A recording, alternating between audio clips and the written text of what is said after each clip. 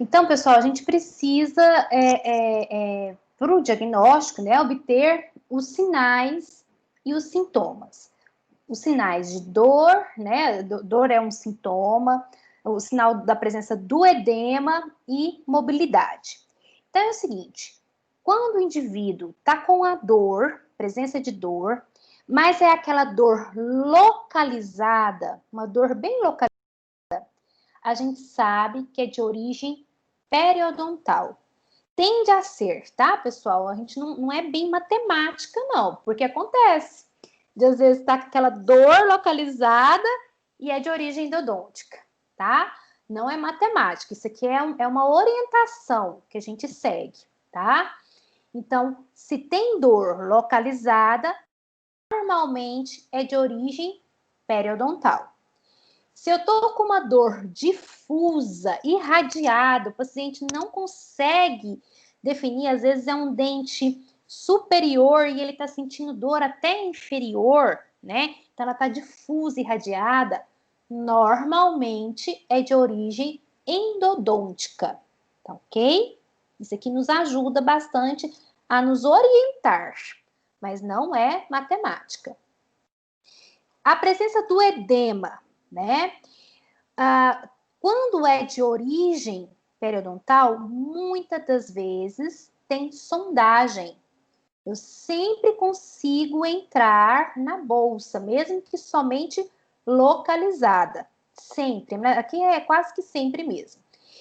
Já o edema da endodontia, eu não entro, não consigo ter sondagem, e esse edema é bem difuso, ele não está só ali ao redor daquele dente, ele está bem mais difuso, tá?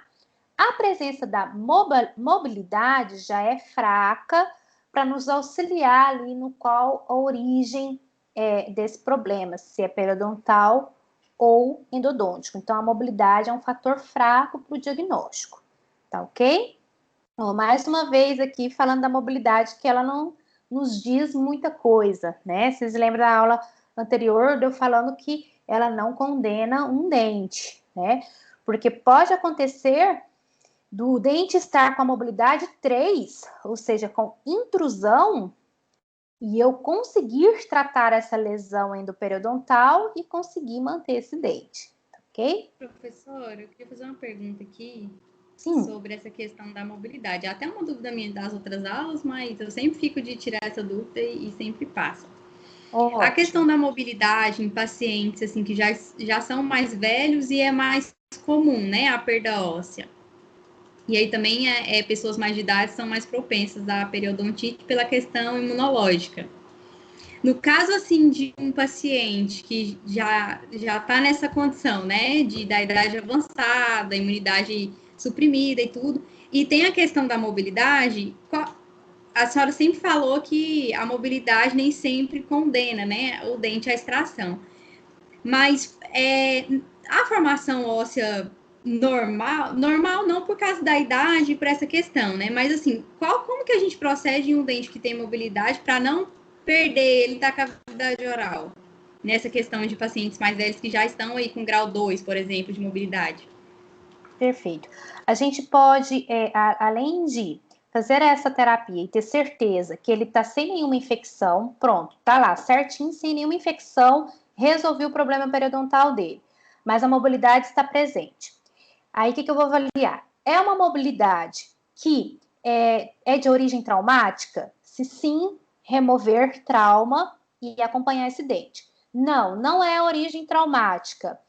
Ok, próxima pergunta. É uma mobilidade que afeta a função desse indivíduo? Está incomodando? Ele não consegue mastigar?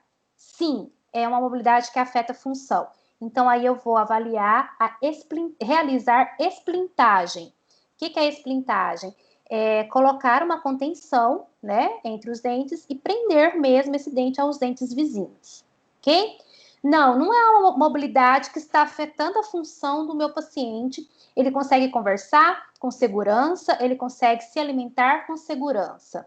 Então, é acompanhar, é orientar esse paciente, olha, tá com grau 2, mas é um dente que eu não vou conseguir mais inserção óssea, mas ele está com saúde, o senhor está caprichando ali, não afeta o senhor na conversação, nem na função, então vamos acompanhar, tá ok? Certo, professora. E na questão de formação óssea, o osso volta a formar, nem que seja assim uma parte, porque totalmente eu acho que isso. Se for um forma, defeito, né? Mas volta uma parte? Se for um defeito infraósseo vertical, então tá aqui o dente, defeito ósseo aqui. Eu consigo formar nessa base do defeito vertical. Sim, eu consigo formar. Aplicando ou não terapia regenerativa. Se eu aplicar, certeza que aí eu vou formar até a altura da parte mais coronária da minha crista óssea, certo? Agora, se for defeito horizontal, não, eu não consigo formar mais osso. Então, é conscientizá-lo de que a gente vai acompanhar para não perder mais.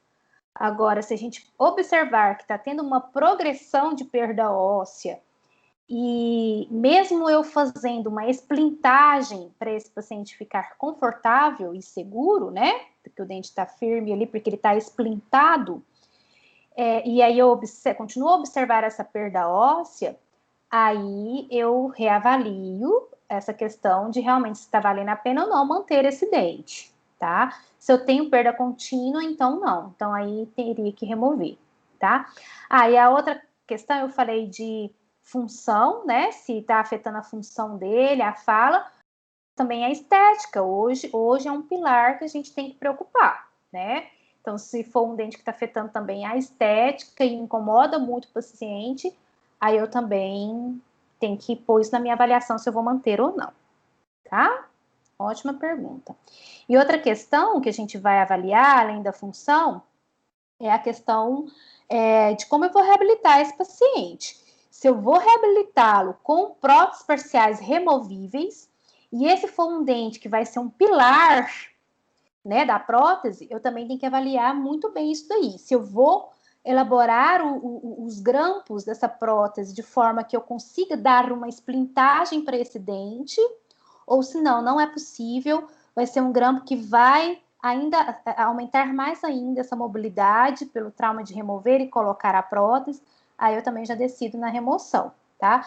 Mas muitas das vezes eu converso muito com o meu protesista e a gente consegue fazer já um grampo esplintando, principalmente quando são incisivos inferiores, a gente já faz aquele grampo que eu esqueci o nome do grampo, gente, vocês me desculpam, mas é um grampo que ele dissipa a força para essa bateria anterior e fica o canino, por exemplo, como o pilar, né, da prótese parcial removível. E aí mantém longínea essa prótese, tá?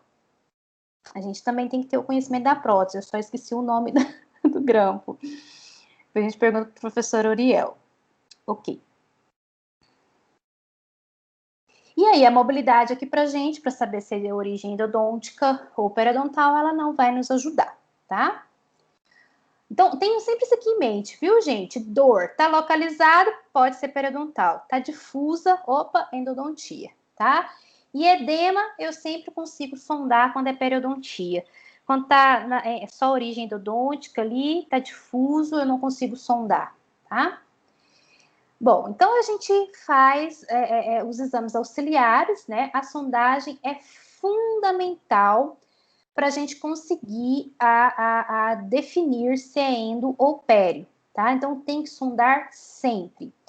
Vou fazer o teste de vitalidade pulpar, ele vai me ajudar para dar um diagnóstico diferencial, né? Se é periodontal ou se é endodôntico, né?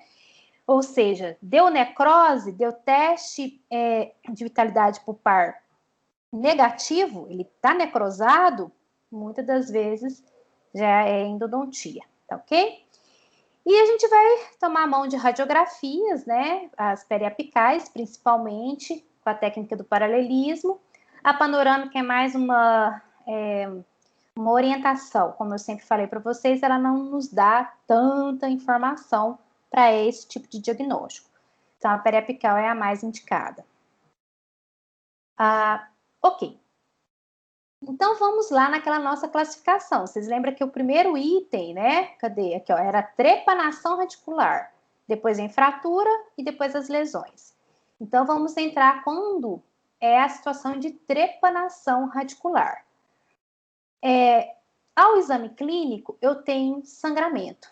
Presença de sangramento ali no sulco, certo? Eu vou precisar ali do exame radiográfico para ver se, né, essa minha broca ou essa minha lima não trepanou. O paciente tem dor, ele está sentindo dor, muitas das vezes tem edema, dependendo do tempo dessa trepanação, pode gerar um abscesso ali na região, tá ok? Então, trepanação radicular sempre vai ter dor, vai ter sangramento e pode ou não ter abscesso. E aí, o exame radiográfico a gente já vê, ele é bem conclusivo. É muito raro que quando a gente precisa pedir uma tomografia para ver essa trepanação, é muito raro. E aí, quais são as causas de trepanações radiculares?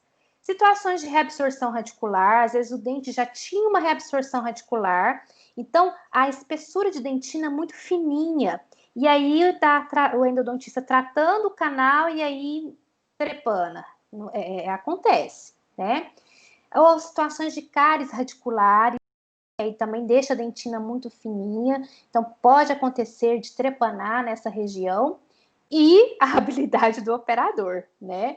Então, quanto menos habilidade, mais provável de ocorrer trepanações radiculares, né? Então, olha só, eu comentei com vocês, né? Situações de reabsorção interna, olha isso daqui. Então, você vai tratar esse canal, olha como tá fininho. Então, tem que tomar muito cuidado, porque existe a possibilidade de trepanar, tá? Olha aqui, uma situação como essa. Essa aqui, nesse caso aqui, nem foi tratado, não. Isso aqui, vocês veem que eu até fiz um escaneamento, é uma coisa muito antiga minha, então por isso que não está com qualidade muito boa. Mas aqui a gente decidiu por extrair e implante, tá? Mas vamos supor que, não sei por qual motivo, fizesse o tratamento endodôntico aqui, então o risco de trepanação, aqui já até tinha, né? A trepanação aqui, tá? Só para ilustrar para vocês. A gente tem situações da reabsorção radicular externa, né? Esse caso aqui, um paciente jovem, ele sofreu um acidente e teve avulsão desse dente. Então, foi realizado o reimplante do mesmo, porque ele ainda tinha o ápice aberto, né? Então, olha só, com uma semana, 2 semanas, aí começou 3 semanas a gente já ter a visualização de reabsorção externa, né? Olha, 1 mês, 2 meses e 3 meses. Então, foi uma reabsorção externa, tá ok? Foi importante fazer essa manutenção aqui para a gente ganhar tempo, né? E manter a esperança era de que acontece, tem casos, a professora Kelly tem casos lindos de ela conseguir fechar o ápice, tá? Ter ápice gênese, né? Ápice gênese, Me corrijam se eu falei errado. Ok. A situação de cáries radiculares, né? Então, cáries extensas como essa, a gente tem que tomar cuidado. Se precisou tratar o canal para não trepanar nessa região. Olha aqui, né? Cárie extensa. Na hora de passar a lima aqui para tratar esse canal, estar atento, né? Para a gente tá muito fininho e isso aqui não vir para fora, tá ok? E a questão da habilidade do operador, aqui ficou bem visível, né? Que veio com a broca aqui e trepanou nessa região, né? Aqui teve trepanação, aqui, né? Então, aqui foi realmente a falta da habilidade do operador na hora de tratar uma situação como essa, ok? Né? Situações extremas como essa, muito triste ver isso, né? Então, a gente tem aqui a questão da falta de habilidade do operador, então levando, ó, a abscesso mesmo, edema, dor, paciente com dor nessa região, tá? Bom, então falei das situações de trepanação radicular.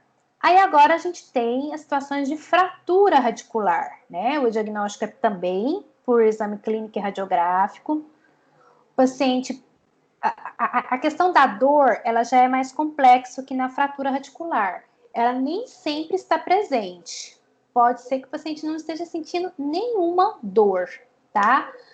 Pode, mas aí o edema começa a aparecer e pode ter abscesso também associado, tá? Quando tem o abscesso é o momento que o paciente começa a sentir a dor. Então, assim, quais são as causas de fratura? Presença dos retentores intrarradiculares metálicos não muito bem projetados, né? Nas proporções erradas. Um tratamento endodôntico pode afinar demais, né? A dentina e levar a uma fratura e traumas, né? Quando é trauma mesmo, aí o paciente sente a dor, né?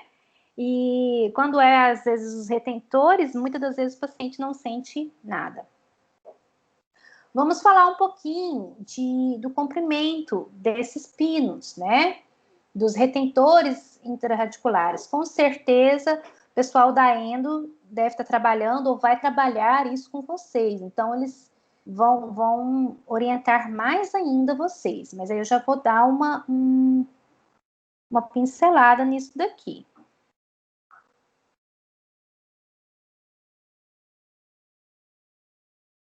Então, isso aqui, Brenda, essa pergunta é justamente as primeiras perguntas que eu coloquei lá no início da aula. Excelente, isso aqui já está dando um nozinho na sua cabeça, é sinal de que já está começando a desenvolver, a você entender de onde está vindo cada lesão. E a gente vai responder no final essa sua pergunta.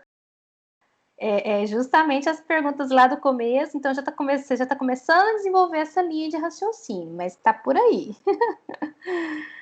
Ai, ai. Então, vamos lá. Então, como que a gente tem que pensar no comprimento ideal desse pino? Ele tem que ter pelo menos 2/3 de remanescente dental, tá, né? Nos 2/3 do dente, ou metade do suporte ósseo que envolve a raiz. Eu vou mostrar uma figura que a gente vai entender melhor. Por que a gente precisa ter esse 2/3 de remanescente dentro, né, do remanescente dental? Para ter uma distribuição mais uniforme das forças oclusais ao longo de toda a superfície radicular, levando-se uma menor possibilidade de ocorrer fratura. Então, vamos nessa imagem aqui para a gente entender. Ó. O pino, ele tem que estar pelo menos inserido em 2/3 de remanescente dental e deixar 1/3 com o final, né? O terço final com o tratamento endodôntico, tá certo? E, na verdade, lá eu coloquei mas esse 2/3 aqui, ele tem que estar pelo menos, ó, metade dele inserida em osso. Porque esse osso que, na hora que recebe uma carga aqui oclusal, vai ser responsável de aguentar a força. A força vai ser dissipada para esse osso nessa região, e aí ele dá um anteparo para esse corpo dessa raiz não fraturar. Olha só uma situação como essa. O pino ficou só, não foi os 2/3 do dente, né? E ficou acima da minha crista óssea, não ficou na metade da crista óssea. Então, vem uma força lateral nessa região, a força dissipa, ela vem para cá, mas não é dissipada em osso. Então, aí é a hora que o dente fratura, tá? Que a raiz fratura. Então, vamos voltar lá naquele texto, ó, o comprimento ideal, 2/3 de remanescente dental ou metade do suporte ósseo que envolve a raiz. Ele tem que estar ali na metade do suporte ósseo que envolve a raiz. Tá? Então, tenham sempre em mente essa figura, fotografe isso na cabeça de vocês, tá? Principalmente a inserção óssea, tá? Tem que estar na metade dessa inserção óssea para que a crista óssea aguente o rojão, vamos dizer assim, tá? Então, isso que é o ideal dos retentores intrarradiculares. Ah, Teisângela, tá bom, mas eu estou usando pino de fibra de vidro, né? O pino de fibra de vidro é mais resiliente, ele dissipa melhor as forças, então não preciso preocupar com isso? Precisa. A recíproca é a mesma, tanto para pino de fibra de vidro, como para o pino metálico. O pino de fibra de vidro, sim, ele é mais resiliente, ele dissipa melhor, né? Porque ele incorpora melhor, vamos dizer assim, por conta do cimento resinoso, né? Mas ele também gera um ponto de força também numa direção só. Além dele dissipar, ele também gera num lugar só. Então, ele precisa desse anteparo ósseo para a gente poder dissipar melhor as forças, tá bom? Aqui tem alguns exemplos dos materiais, né? O ácido inoxidável, titânio, zircônia, nem se usa mais, mas às vezes a gente pega, né, uns casos antigos e a gente precisa saber que existe. Que aí o aspecto é bem radiopaco, tá? E o fibra de carbono, fibra de vidro, de quartzo, que o aspecto é radiolúcido. O de fibra de vidro, alguns da Angelus, principalmente, eles colocam um guiazinho, que eles falam guia radiográfico, colocam um fio metálico, né? Para, na hora da radiografia, a gente conseguir ver o fio radiopaco lá no meio e não ficar totalmente radiolúcido, tá? Então, seria ótimo depois a gente conversar com o pessoal da prótese, da dentística, eles vão falar bastante para vocês quais que já não está em uso mais. Eu acredito que é só fibra de vidro que está mais em uso, tá? Que é até o que eu uso atualmente. Mas eles vão falar com mais propriedade para a gente a respeito de cada um, tá?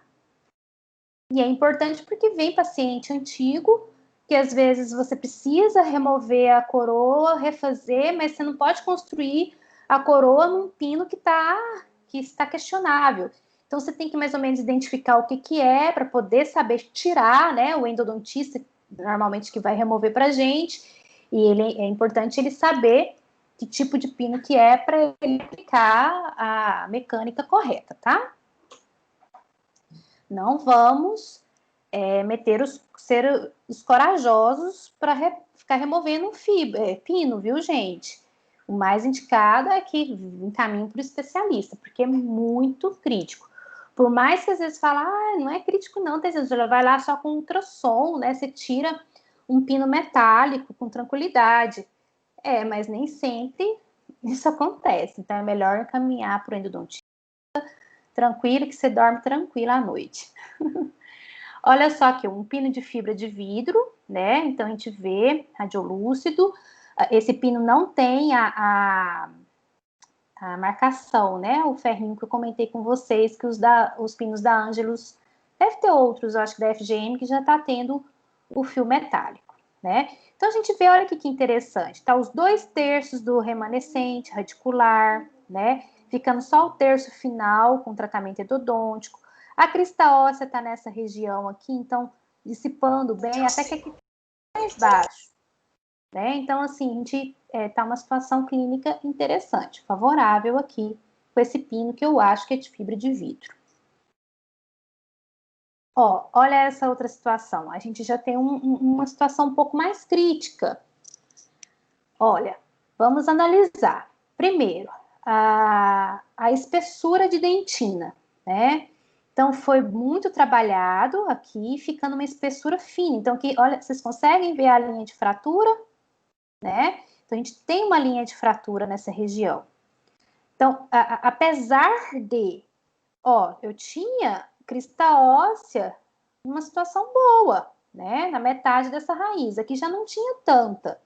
Mas o problema maior aqui foi justamente porque trabalhou demais, preparou demais esse canal, deixando aqui muito fininho. Então, aqui é uma situação que foi fraturado com presença de abscesso, ok? Mas aí mostrando que é um pino radiopaco, né? Eu acredito que... bom, não saberia dizer se é de metal esse aqui não. pode ser algum ácido inoxidável, né? Não sei. Ok. Aí, olha aqui, uma situação bem bonitinha, né? Um comprimento adequado. Eu tenho crista óssea, né? Na metade da raiz aqui, quer dizer, o pino, né? Ele está envolvido até mais ou menos aqui na metade da raiz, inserido em osso. Do remanescente radicular, 2/3 dele, e o terço final com o tratamento endodôntico, com a gota-percha lá embaixo. Eu não desgastei muito, não ampliei demais esse meu canal, né? E eu inseri, tá lá o pino inserido. Nós temos, assim, eu já preparei muito canal para inserir pino, para cimentar pino de fibra de vidro.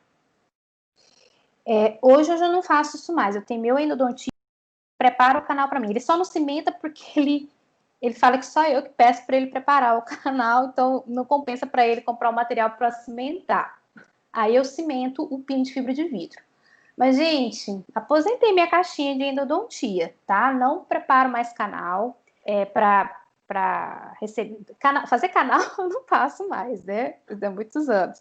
Mas, assim, preparar o canal para receber o pino. Então, assim, quem tem facilidade, perfeito, faça. Mas quem não tem, passa para quem tem, sabe? Não é isso que vai te fazer mais ou menos, não.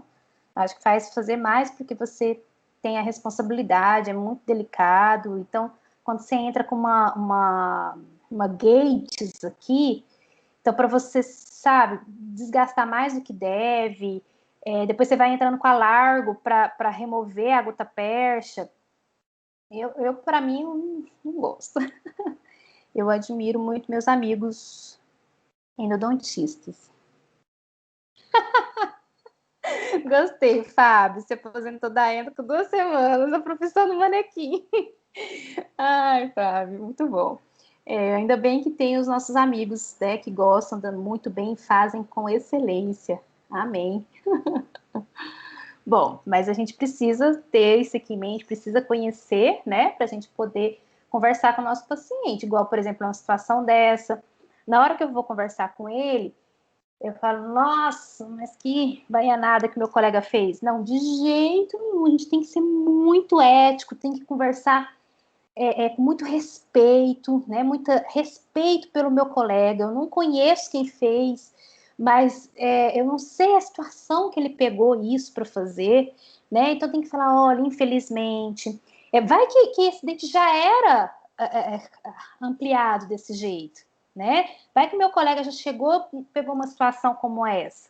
Então eu não posso falar, foi ele que ampliou isso daí, trabalhou demais o canal, deixou fino e aí fraturou. De jeito nenhum. Sempre, gente, sempre se põe no lugar do colega anterior, porque a gente não sabe qual foi a situação clínica que chegou na mão dele, tá?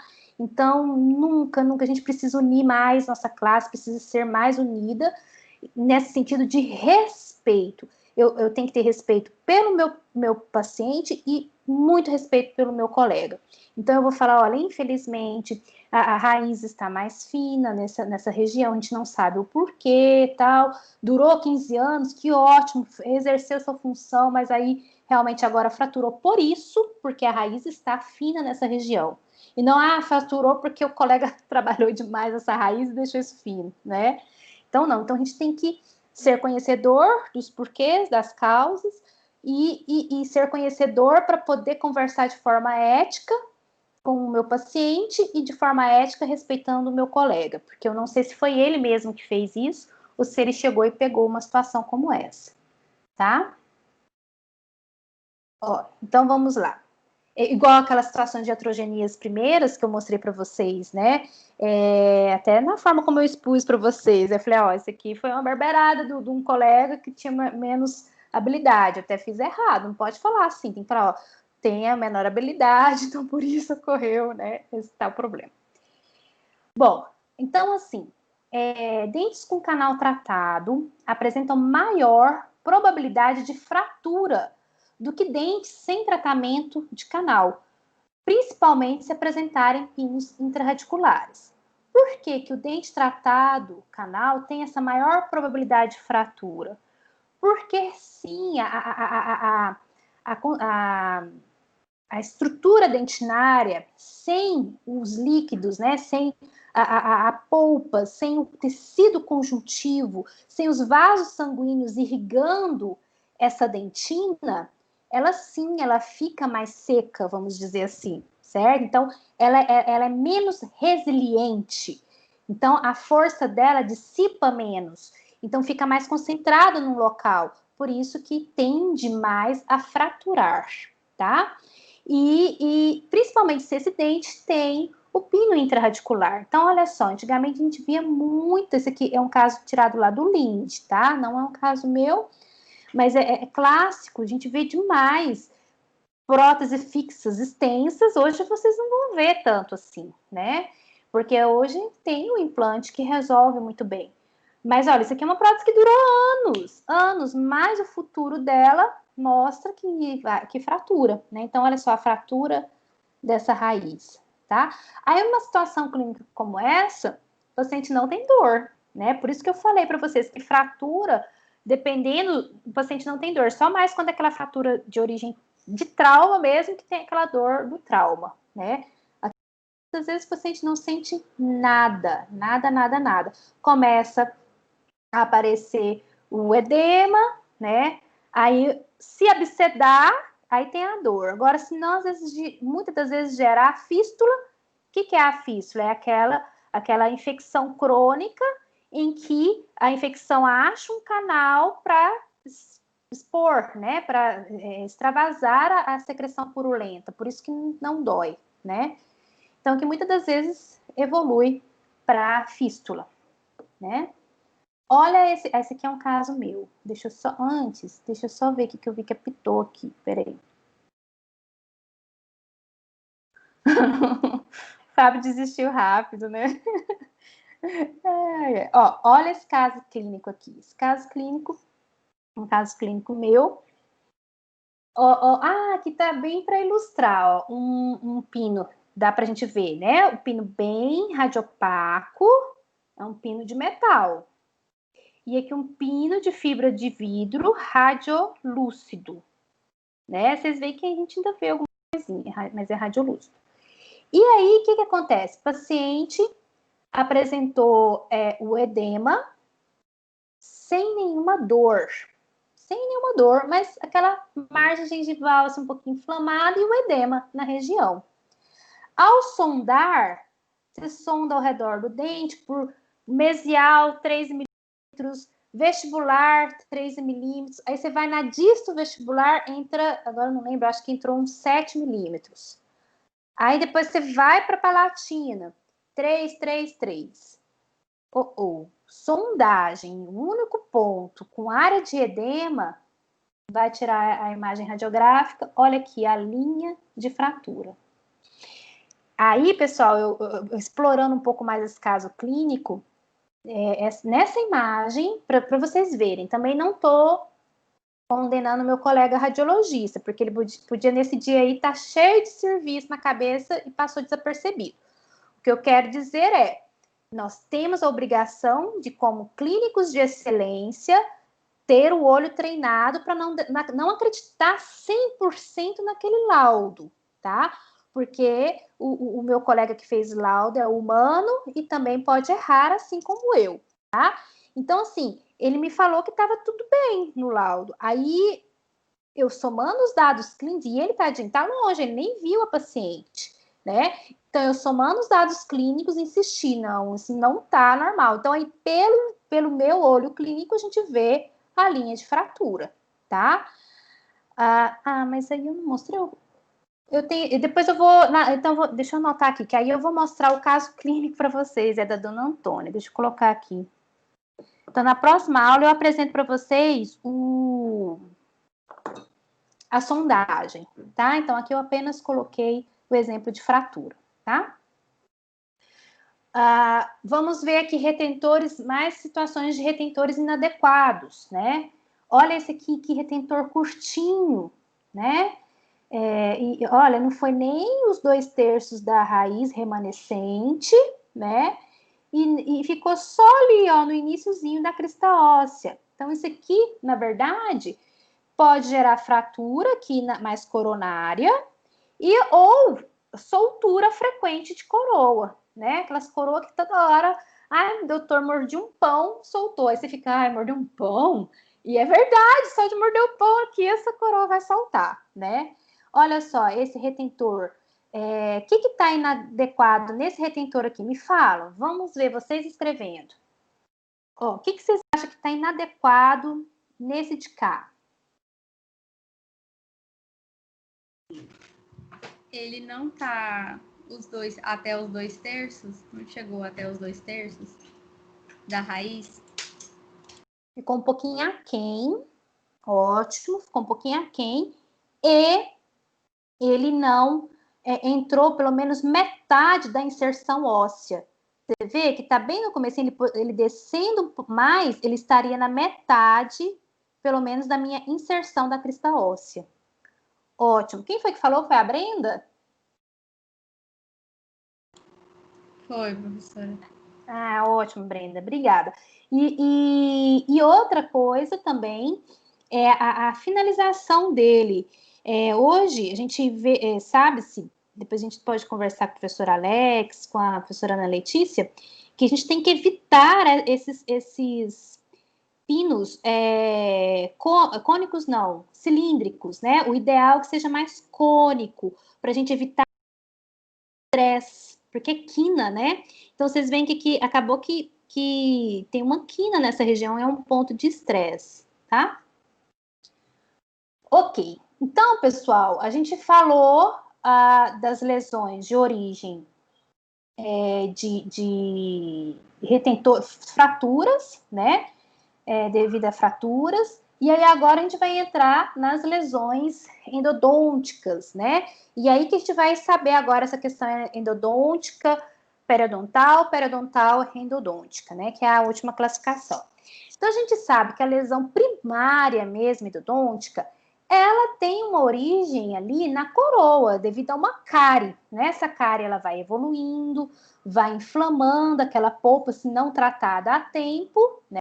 Ela pode gerar ali uma pulpite que fica irreversível, ou ela pode necrosar, evoluir a um ponto que necrosa, essa polpa morre, né? Ela é necrosada. Nesse momento eu faço meu teste de vitalidade pulpar e ele dá negativo, não responde, né? E isso com o tempo, como o paciente não sentiu dor, tá, né? Necrosou e o paciente não tem a periodicidade, né, clínica de visitar o dentista, isso devido àquelas comunicações anatômicas que a gente já viu, né, as foraminas, os canais de delta, tudo nessa região de Furca, por exemplo, e isso atinge, comunica com a minha periodontia, né? Deixa eu ver aqui o que está pitando. Ah, deu certo aí, né, Brenda? Ok, então tá. Então, comunica com o meu periodonto. Mas olha só, ela foi endodonticamente inicial, primária. Então, uma lesão endodôntica primária que com o tempo evoluiu e atingiu o meu periodonto. Então, já começa a responder a pergunta da Brenda, aquela pergunta que a gente colocou no início, né? Essa infecção, ela vai acompanhando todo o contorno da raiz, ela vai evoluindo, certo? Ó, vai indo, atinge ápice e aí ela extravasa. Uma hora ela sai, certo? Se ela não sai, então assim, uma hora ela sai, até aqui o paciente sem a dor, então ela extravasou e começa a ter a supuração, e aí o paciente começa a ver que está com edema e pode ter aquela dor difusa, porque já caminhou toda ali a raiz, né? Então fica uma dor difusa. E a origem foi primariamente endodôntica, certo? Se essa lesão não extravasa desse jeito, já inicialmente a gente tem a formação de abscesso, que é a nossa próxima aula, tá? Que já absceda e fica mais intenso. A gente tem aquela situação que a infecção pode sair, ou aquela hora saiu da furca, ou ela vai sair ali do ápice mesmo e ter o mesmo caminho, percorrendo toda a raiz e extravasando, tá? Por que eu fiz esse desenho? Porque é a imagem que a gente vê na radiografia, gente, aquela imagem radiolúcida, fazendo um J na raiz desse elemento dentário.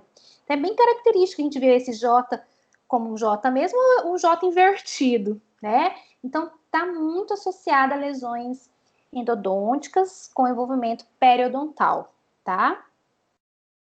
Então, a lesão endodôntica primária, vamos falar da primária, né? Ela tem uma drenagem pelo sulco gengival, né? Como vocês viram, ela foi percorrendo e drenou, né? Pelo sulco gengival, ou inchaço naquela área de gengiva inserida, fica inchado aqui nessa região, né? Então, olha aqui a imagem, a gente já vê. E outra coisa, se eu sondo aqui, eu não tenho perda óssea, não tenho lesão de furca, muitas das vezes. E eu tô vendo essa imagem de perda óssea, né? Isso aqui é de livro, viu, gente, que juntou as duas imagens aqui. Então, a gente tô vendo lá aquela área radiolúcida, e olha a restauração extensa, né? Mínimo desconforto, né? E a dor não é usualmente presente, porque foi aquela lesão que necrosou o dente, evoluiu, foi crônica, né? Então, se eu faço o teste térmico ou elétrico, ele vai dar negativo. E o mais importante, a sondagem periodontal é ausente. Mesmo que eu vi drenando pelo sulco, certo? Mas eu tô sondando, não entra 5, não entra 7, tá? Então, muitas das vezes a gente faz o traçado da fístula, a gente tenta entrar com o cone, né, de gutta-percha ali pela fístula, para a gente ver aonde o cone vai sair, tá? Porque se ela não drenou pela margem gengival, ela vai drenar pela fístula, pelo buraquinho que vai sair ali para o pus sair, tá? Então, a gente vê, muitas das vezes pode acontecer de ter evidências de tratamento endodôntico prévio. Às vezes é até um tratamento endodôntico de não sucesso, né? De não qualidade. Ó, não tem jeito, às vezes a gente tem que falar, né? Do tratamento anterior que não foi com sucesso, não foi... Sumiu a palavra. Então, olha só. Então, como que eu trato uma lesão endodôntica primária?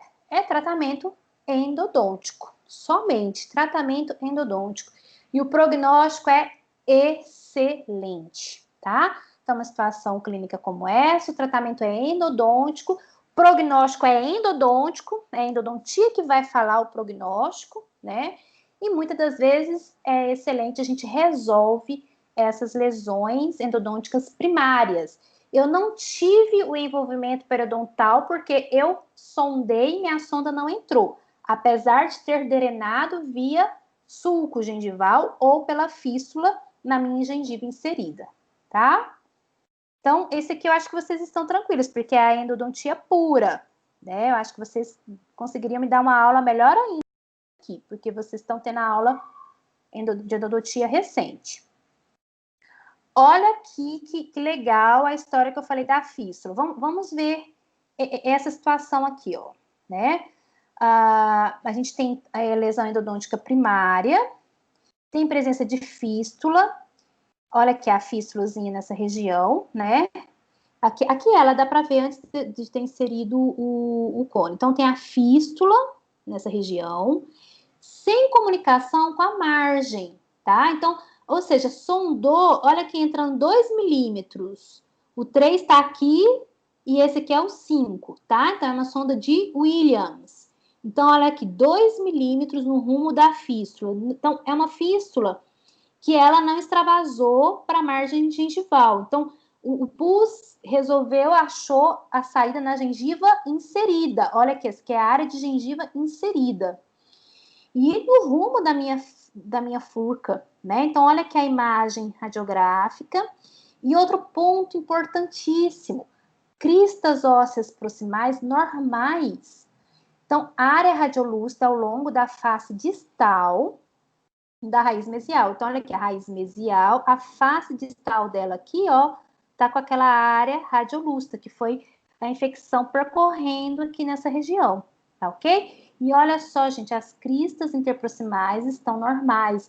Na hora que eu sondo aqui, eu não tenho perda óssea, não tenho entrada da sonda, tá? Então, aí a gente entra com a nossa gutapercha, né? E vê que a gente acompanha aonde foi a lesão. Então, a gente tem ali a presença de um abscesso periapical, tá? Então, na região de periápice. Ou seja, é uma lesão endodôntica primária, não teve o envolvimento periodontal, propriamente dito, tá? Ou seja, eu sondei aqui, ó, eu não entrei para ter lesão de furca, tá? Então, prognóstico extremamente favorável, tratamento somente endodôntico, tá? Olha uma outra situação. Esse aqui é de livro, não é meu, não, esse. Ó, esse aqui, ó, a gente tem perdas ósseas localizadas, né, na vestibular e lingual, na hora que faz o contraste. Com as cristas proximais normais, a gente tem uma lesão periapical e vitalidade negativa. Fez o teste de vitalidade, está necrosado. Então, o pessoal entrou aqui com cone, né, aqui por palatino. Então, a gente vê ele aqui, ó. Então, ele foi até lá na área do ápice, certo? Ó, observa-se integridade das cristas ósseas, mas eu tenho uma lesão radiolúcida, né, na área de furca. E olha ali, ó, né, a presença da fístula. Então, a gente tem uma rarefação óssea em furca, provavelmente devido à presença de canais laterais nessa região, e as cristas interproximais estão normais. Então, na hora que eu sondo esse elemento aqui, eu não tenho profundidade de sondagem, né?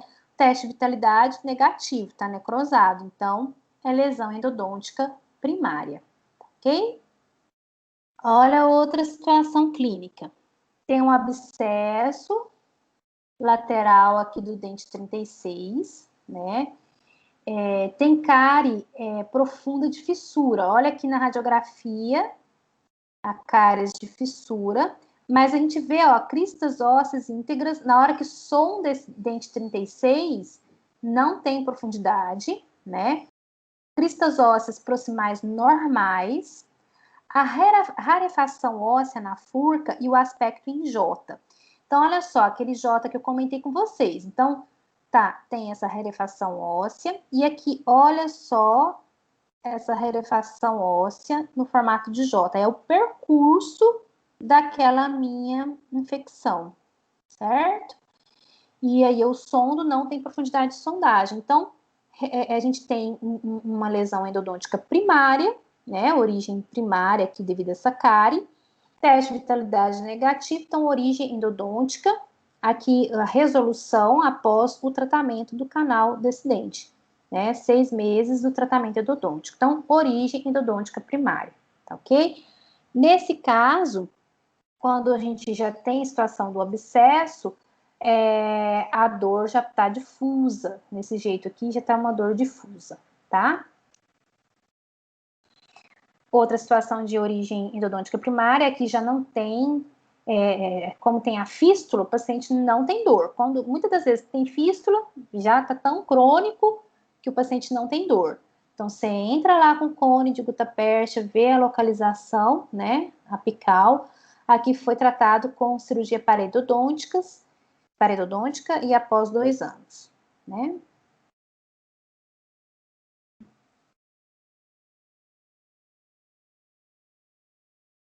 Outra situação, olha só, já é um dente tratado endodonticamente, mas com infiltração no tratamento anterior, né, com cárie. Então, a gente vê a imagem radiolúcida ao redor, né, dessa raiz.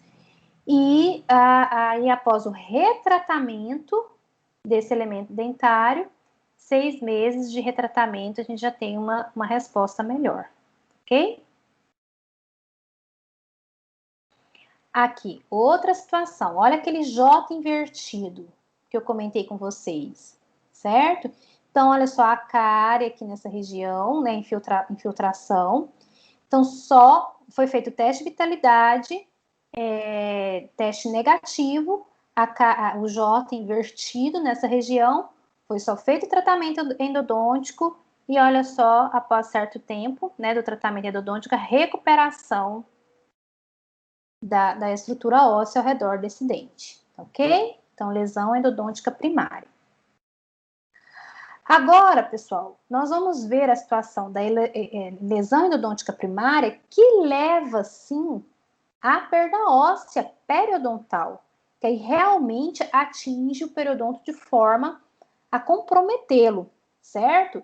Então, olha só, o esqueminha, né, a origem devido a uma cárie, devido ali à presença dos canais laterais, foraminas em área de furca, isso entra em contato com o ligamento periodontal, ou vai diretamente lá para o forame e isso extravasa, levando a um comprometimento periodontal, certo? Então, olha só, as características, né? São lesões pulpar de longa duração, tem evidência de doença periodontal junto e presença de biofilme dentro bacteriano, tá? Então, muitas das vezes, é de origem endodôntica? Começou aqui. Mas, devido a esse dente também ter um histórico de doença periodontal também, isso pode ser potencializado, tá ok? Então, olha aqui, por isso que tem que ter a presença de biofilme dentro bacteriano, tá? Então, olha só, a gente vê a lesão nessa região, né? E uma perda óssea de cá e de cá, interessante, né? Comprometedora. Então, assim, como que a gente vai chegar ao diagnóstico?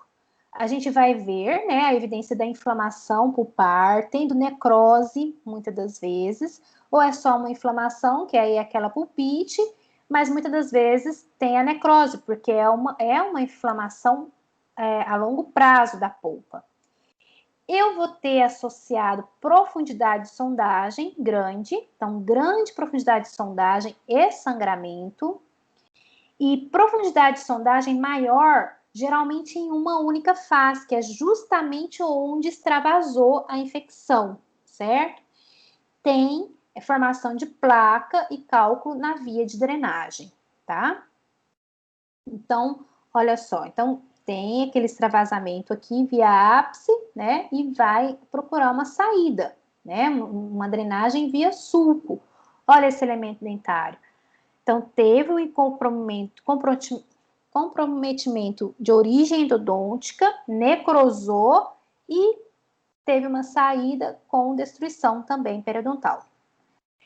Então, essa lesão, ela pode ou não estar associada a sinais clínicos de inflamação aguda, certo?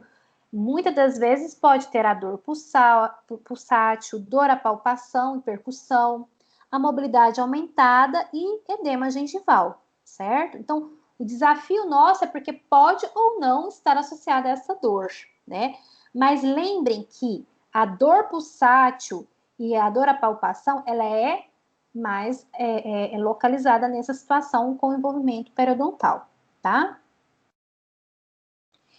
Então, as características radiográficas, né? A gente tem evidências de defeito ósseo na verticais, né?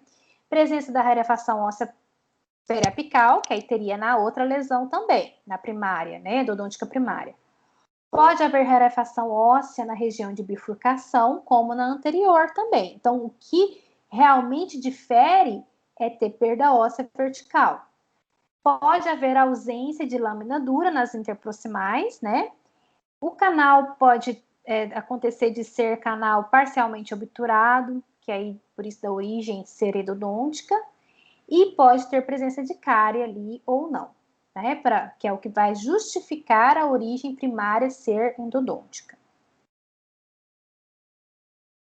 Então, assim, a avaliação de dentes com envolvimento endoperiodontal e sua relação com o tratamento endodôntico. Então, assim, se a gente tem uma situação de dentes sem tratamento de canal, é a maioria dos casos que começa devido à cárie e leva à doença endoperiodontal. Mas tem as situações que a gente tem tratamento de canal insatisfatório, né, que foi tratado parcialmente, que também pode gerar, sim, a doença endopério, que é essa situação aqui, né? Canal parcialmente obturado pode estar presente, né? Que pode levar ao desenvolvimento de uma lesão endopério, tá? Então, qual que é o tratamento? Eu identifiquei que é uma lesão endodôntica primária que teve envolvimento periodontal. Então, eu tenho que iniciar pela endodontia e seguido pelo tratamento periodontal. Esse, se necessário, é o seguinte, é se eu realmente detectei profundidade de sondagem, se eu detectei ali naquela saída da supuração a profundidade de sondagem, tá? E muitas das vezes detecta-se. Então, é o tratamento endodôntico seguida do acompanhamento periodontal com acompanhamento clínico e radiográfico periódicos, né? O prognóstico vai depender da habilidade dos tratamentos realizados e o prognóstico ele é periodontal, certo? Por que o prognóstico de um dente como esse, né, tratado o canal e a periodontia, por que o prognóstico é periodontal? Quando a gente fala isso é porque vai depender da quantidade de osso perdida. Então, se perdeu muito osso de forma que comprometeu a inserção desse elemento, aí o prognóstico pode estar comprometido. E isso é relacionado à periodontia, né? Então, por isso que a gente fala prognóstico periodontal, pois a manutenção do elemento dental depende da qualidade do periodonto adjacente, tá?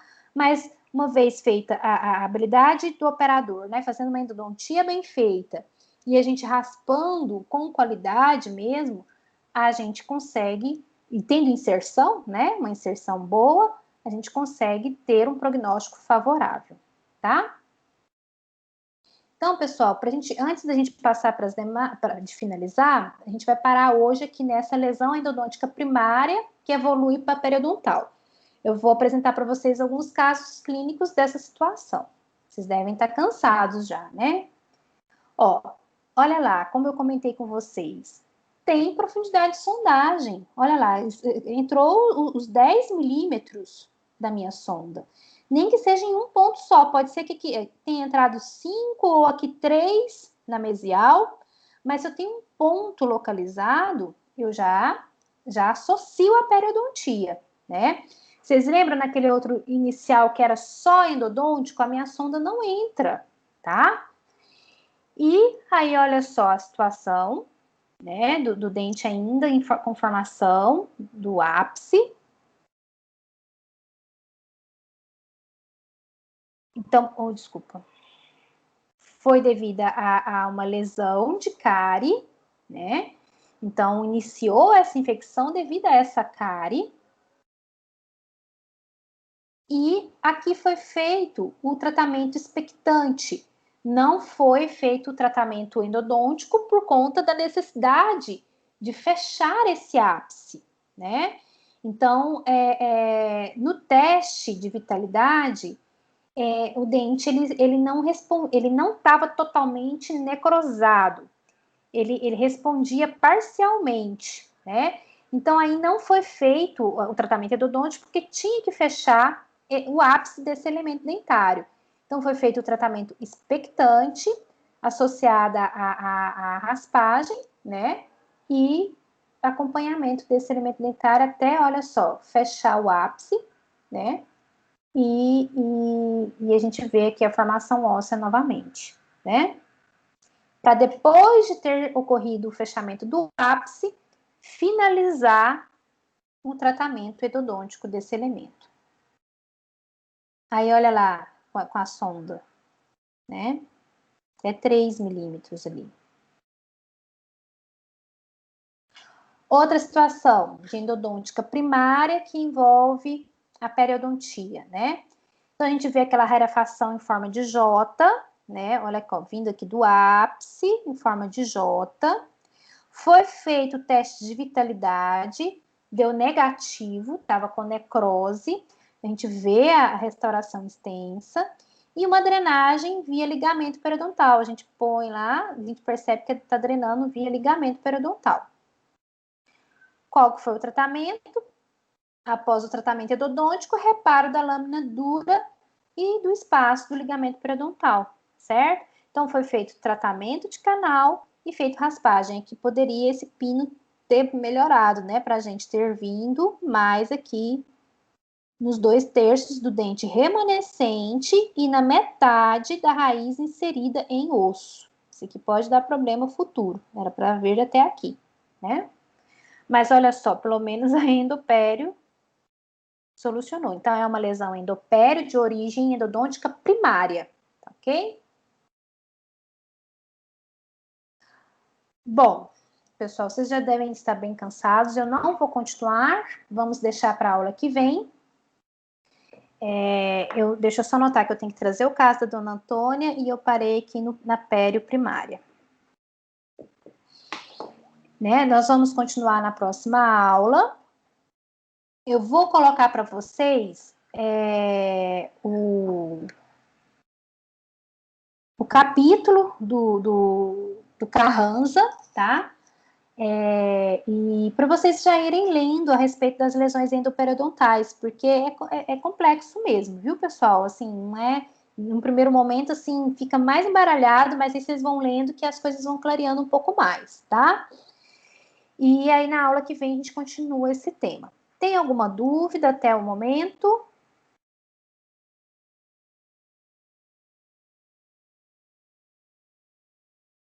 Tudo ok? Tá bom, então. Então tá, então eu vou colocar o capítulo lá para vocês. Eu que agradeço, Leandro, agradeço a atenção de vocês. Vamos lendo o capítulo. Ah, uma outra coisa interessante também que eu lembrei, que eu falei que eu vou colocar do Carranza, né? Depois, comecem a ler também o livro do Linde. Tem o Linde e o Carranza, né? Que são as bíblias da periodontia. Entre eles, vocês vão ver a diferença de abordagem de tratamento, certo? O Linde, ele é mais e o Carranza é mais teórico, ele é mais tradicional, vamos dizer assim.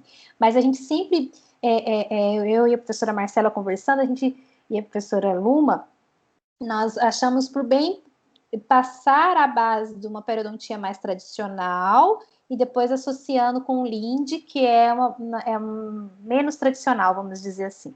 Mas ambos fantásticos. Tá? Então tá bom, gente. Um beijo para vocês, um bom almoço.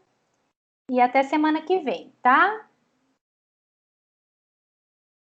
Deixa eu parar a gravação. Cadê?